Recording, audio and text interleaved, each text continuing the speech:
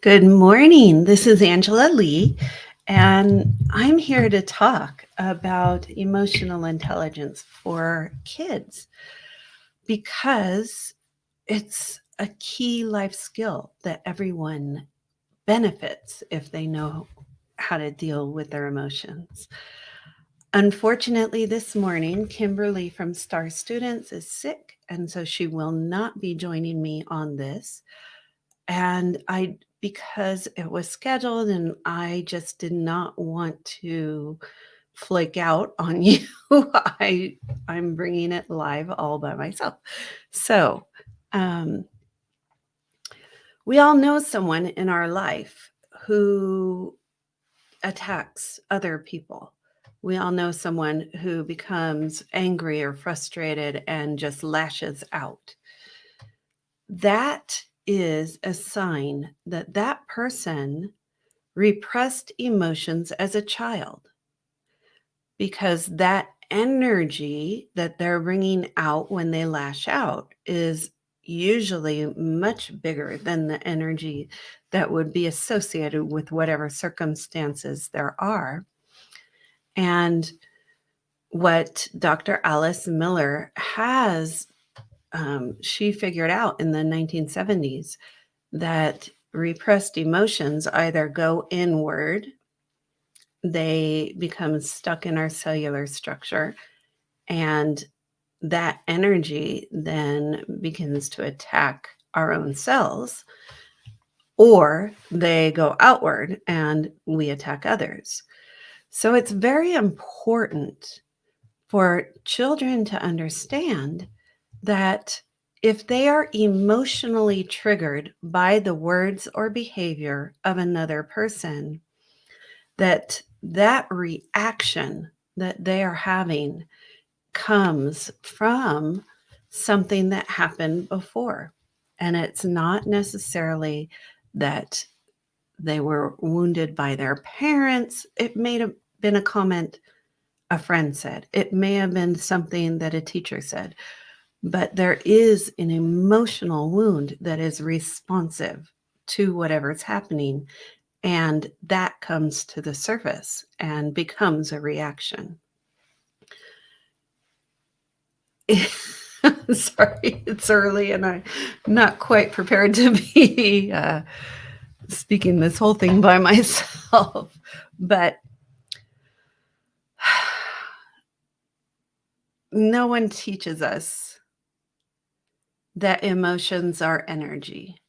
No one taught us that our reactions indicate prior wounding. No one taught us how we can be responsive rather than reactive. So, the first step is understanding that anytime you react, you are bringing up old energy. The second step is doing the work. It's how how do I get rid of this old energy so I am no longer reactive to that?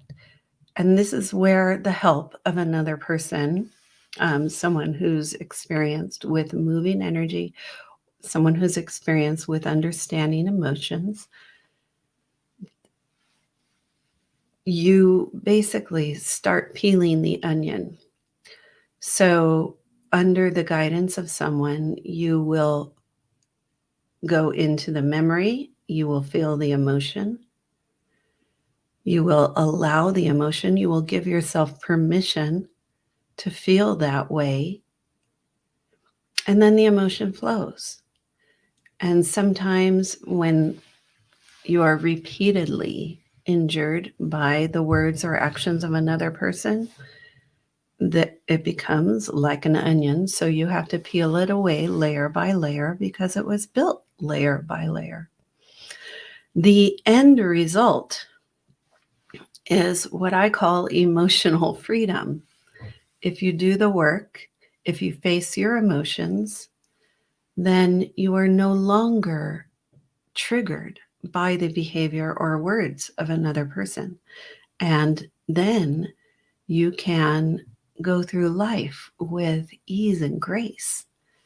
And so it is a life gift when we give our kids the tools to face their emotions rather than repress them.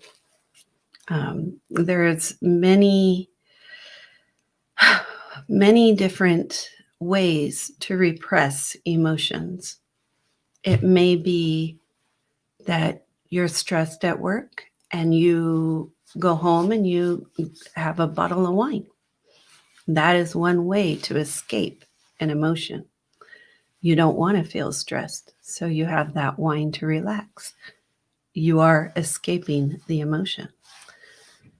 People who gamble, any addiction is an addiction because it is done to escape an emotion.